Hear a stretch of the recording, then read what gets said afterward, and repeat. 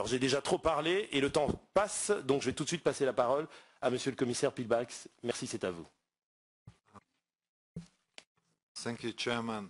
Well, yesterday in Parliament we have had a particular event for Baltic states, 20 years of regaining of independence. And there is, well, some things that the President of Estonia mentions that Baltic states are, people from this are usually very presenting themselves with some type of humility. And this time I would say, well, I am really very much privileged that I will have more speaking times than any other. So I really need to apologize to other colleagues that 3 minutes against 20 minutes plus definitely is a lot of advantage to me.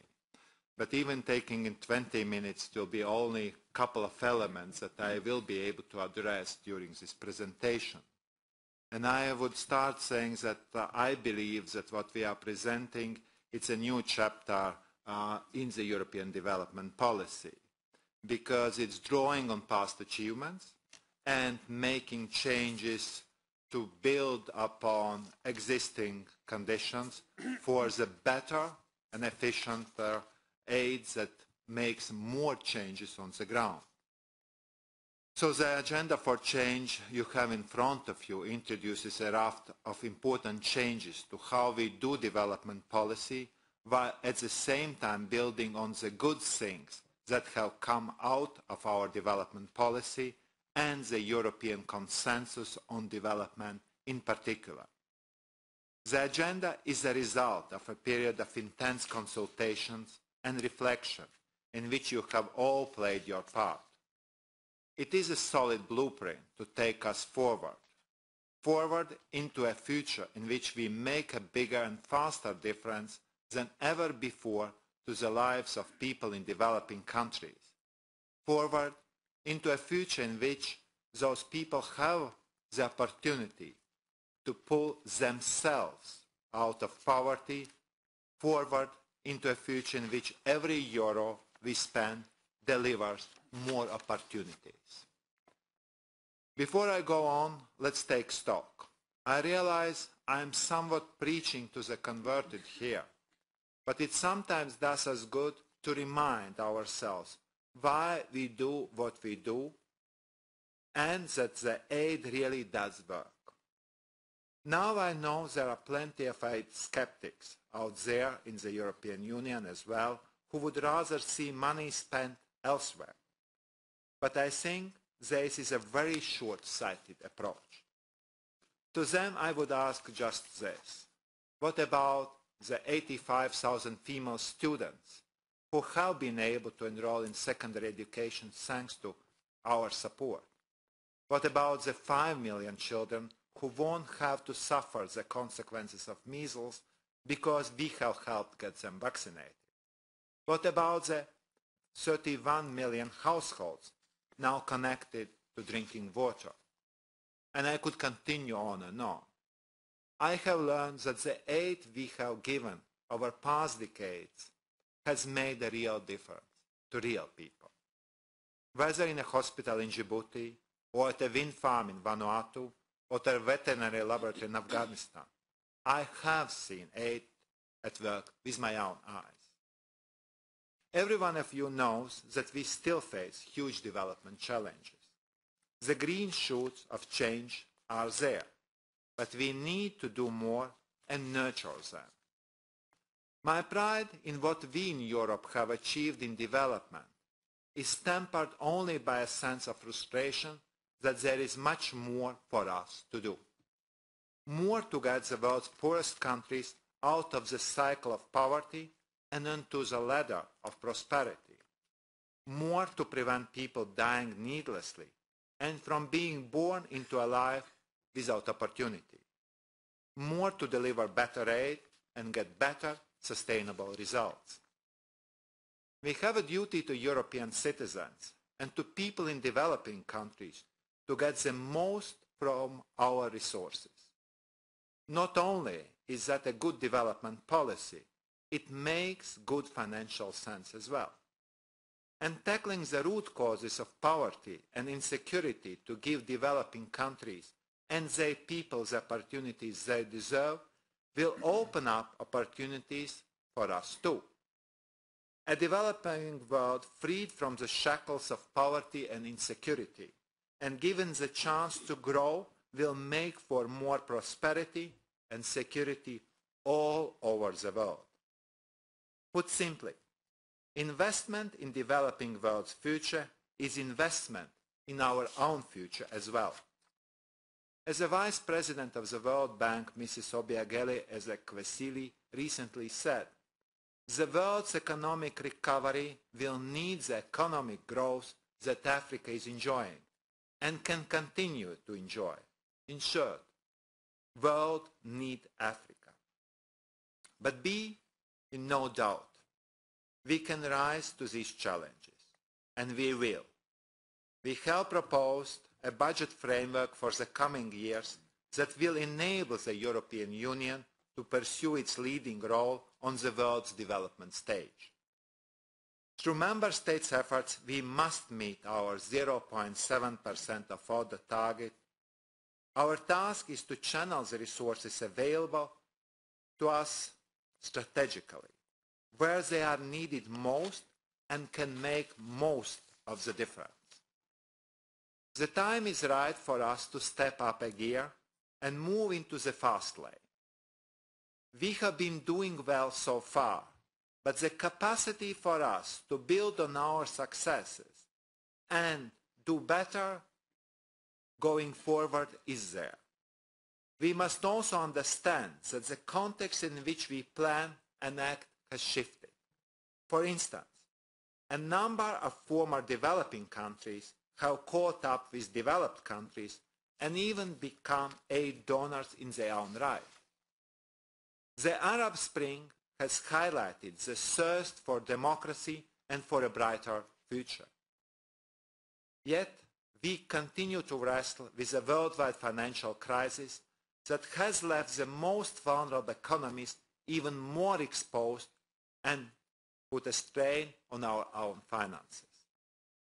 Against this backdrop, to rise to the challenge of spending our resources wisely and well, we must set our sights very high.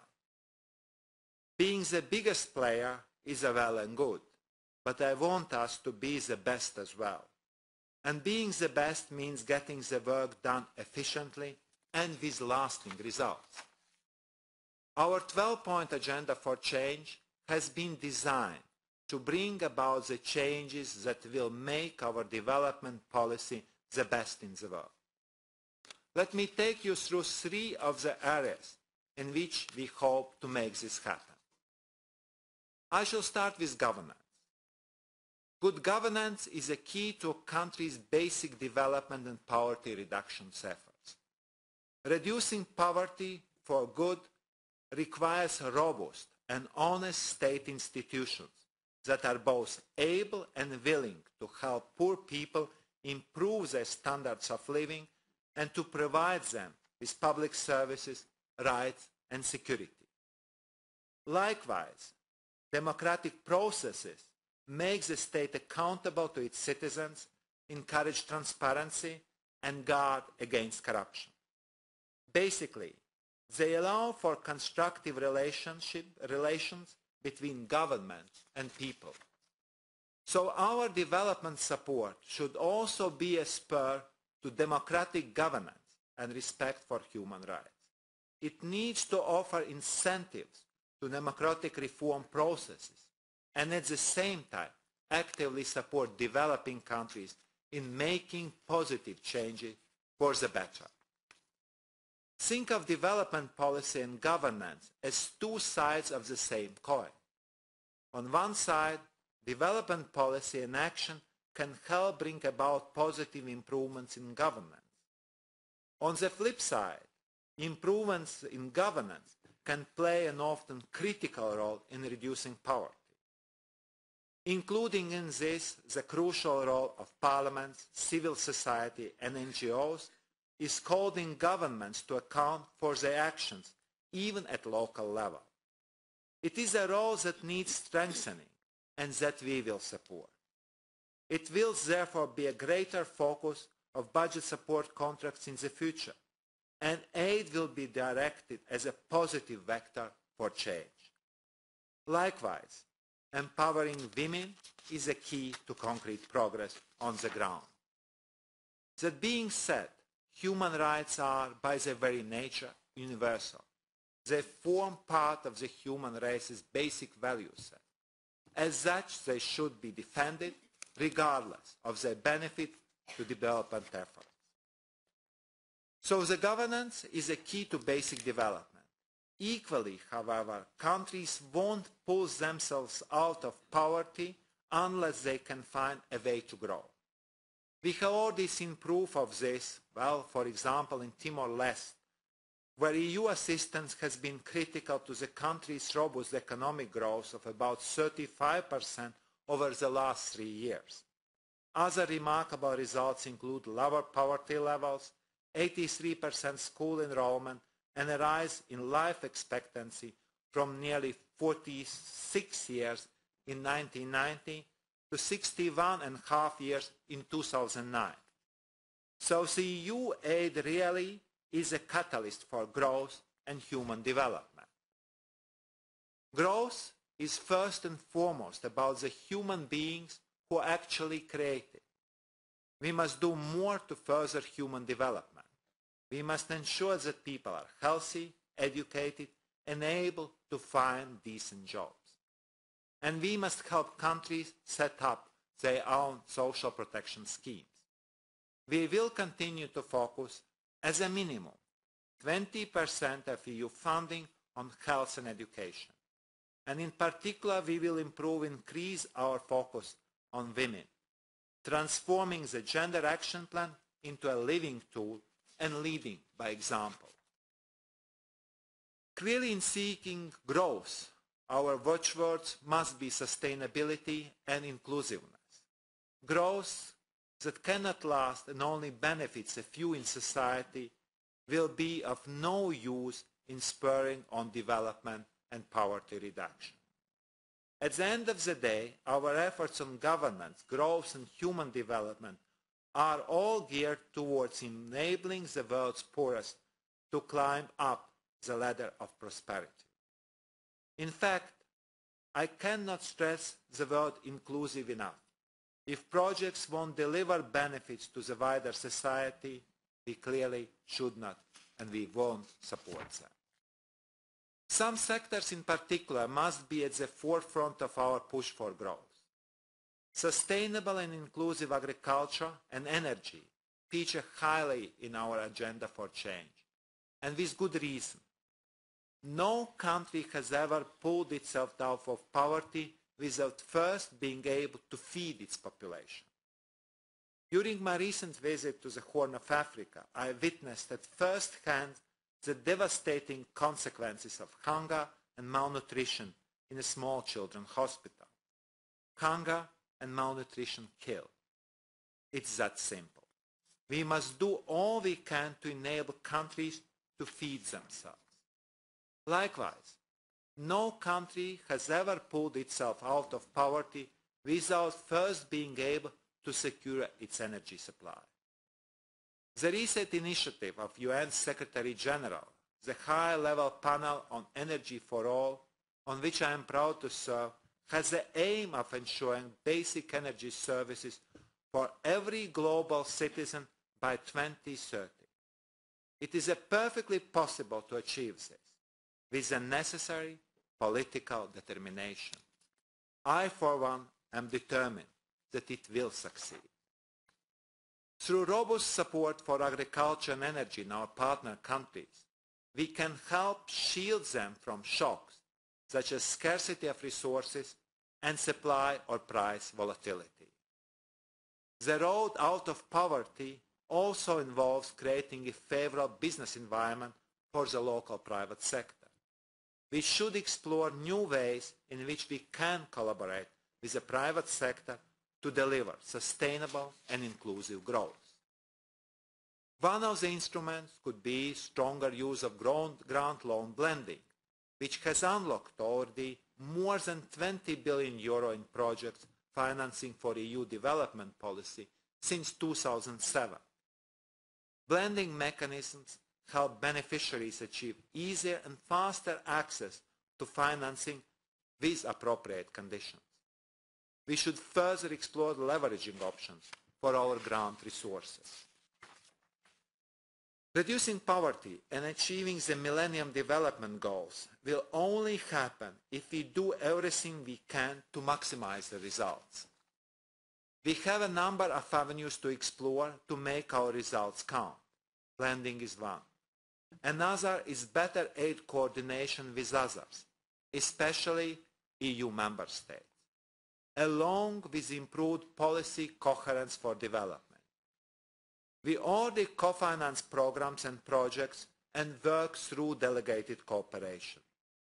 In future, we also intend to step up joint programming of our aid to make it at once more coherent, more effective, and more visible.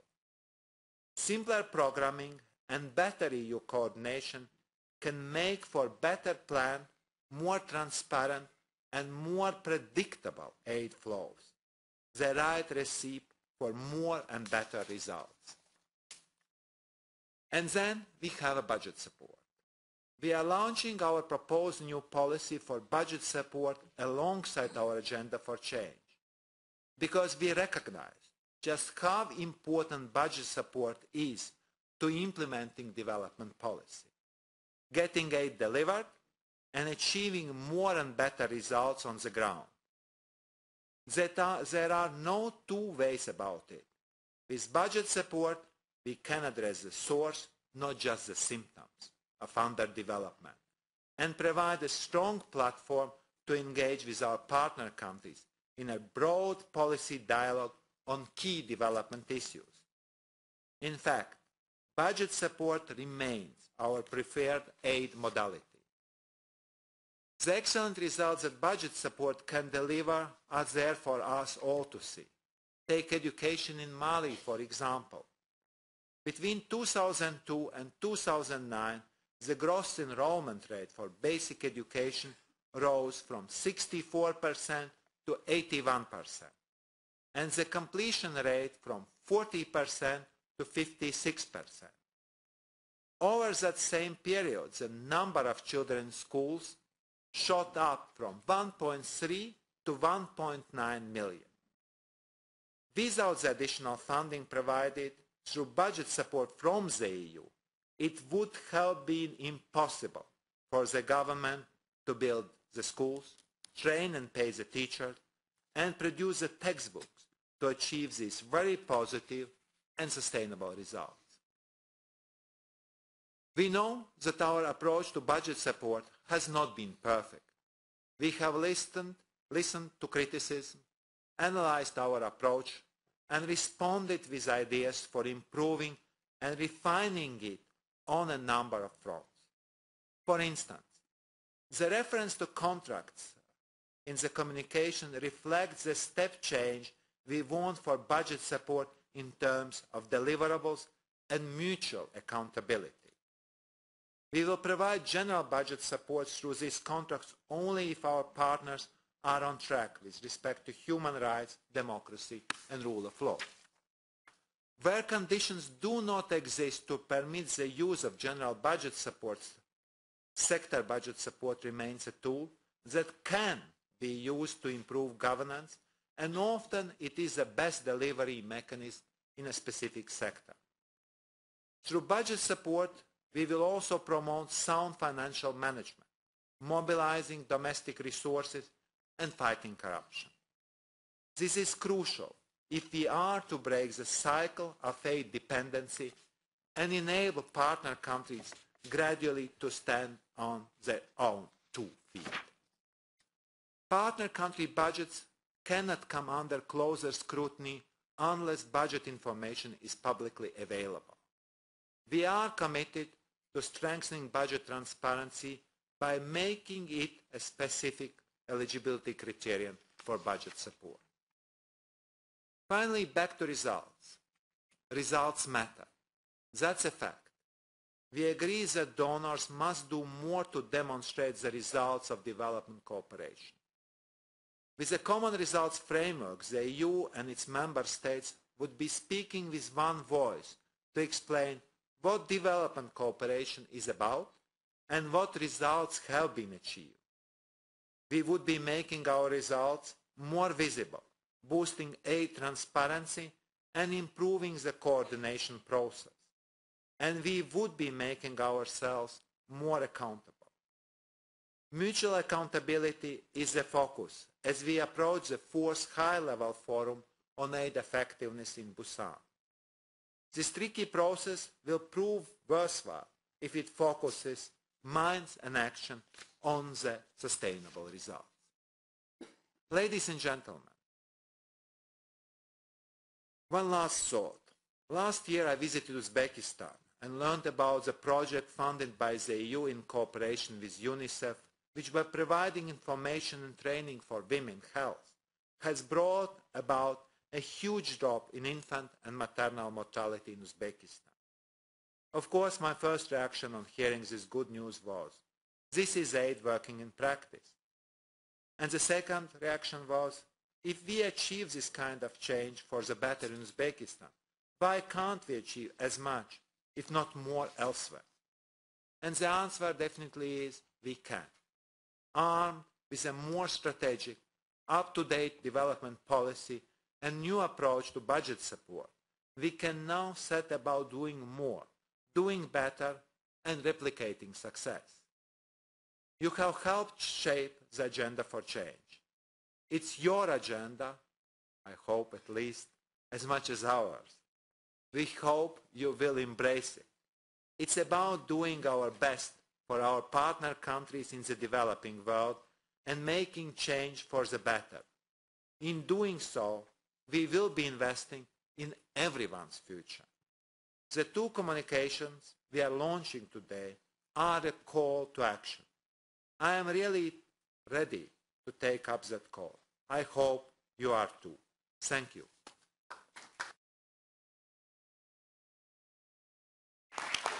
Merci beaucoup, Monsieur le Commissaire. Vous avez respecté votre temps à 2 minutes près.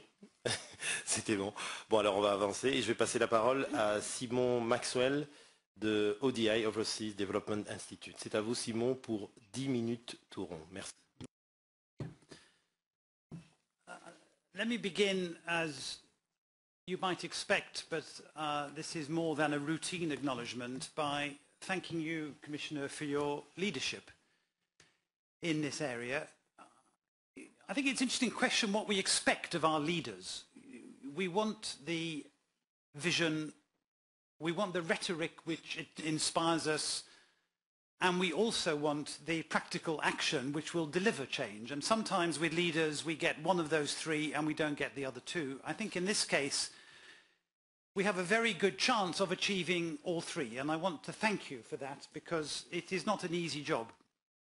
Leadership in the European Union particularly is in many ways a particularly difficult challenge.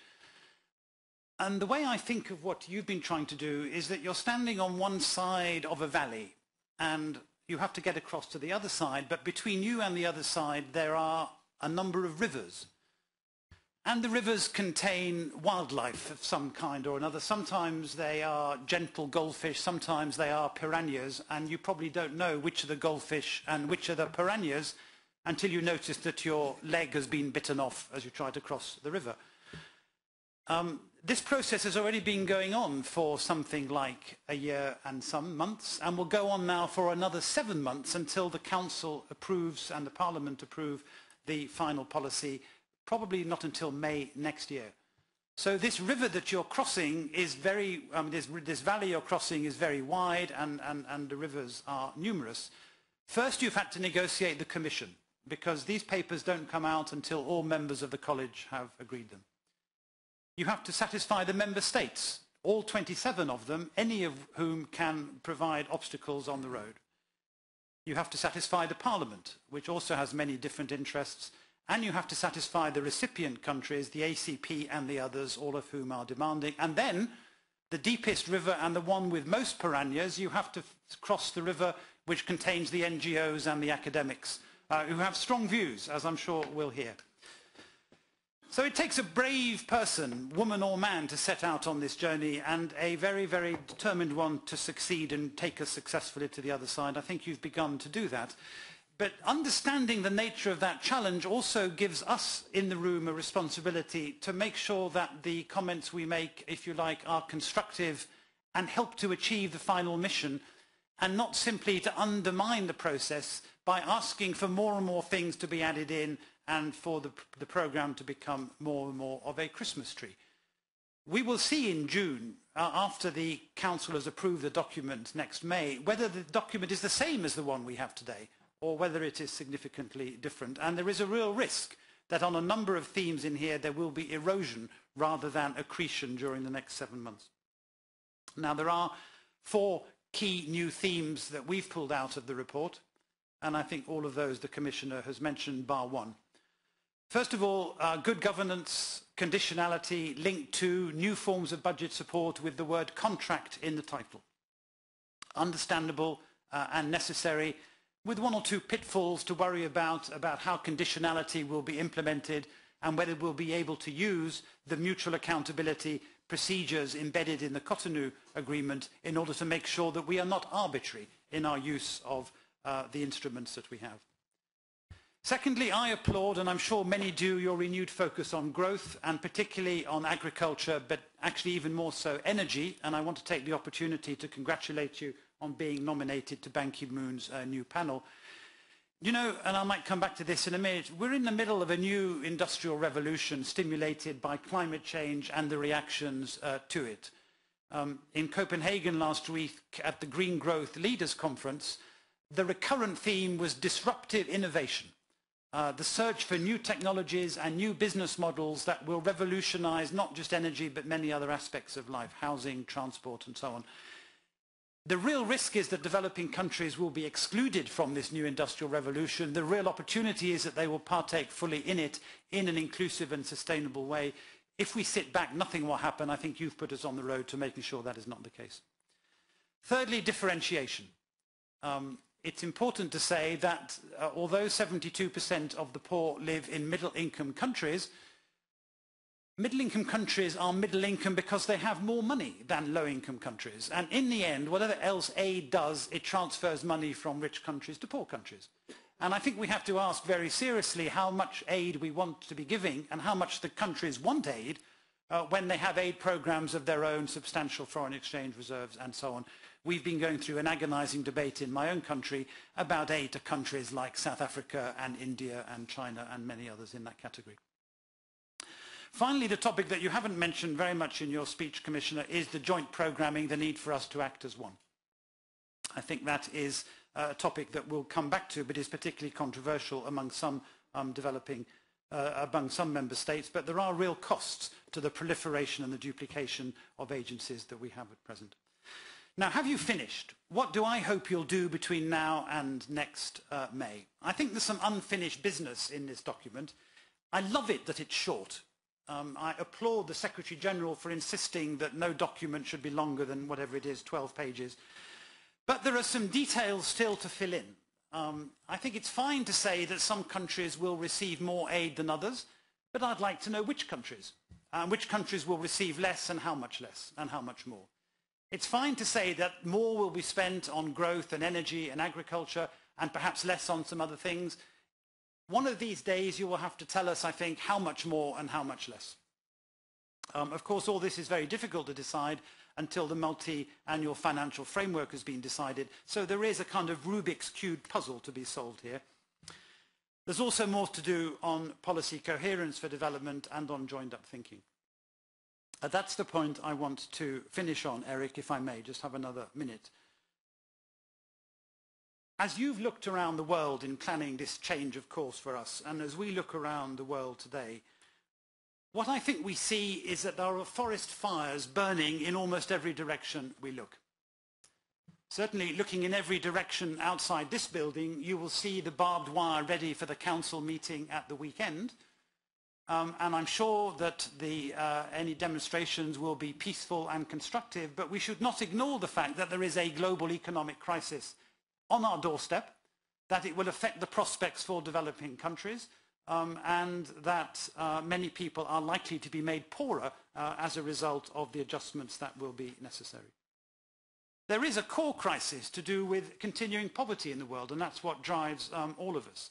500,000 women a year dying in childbirth.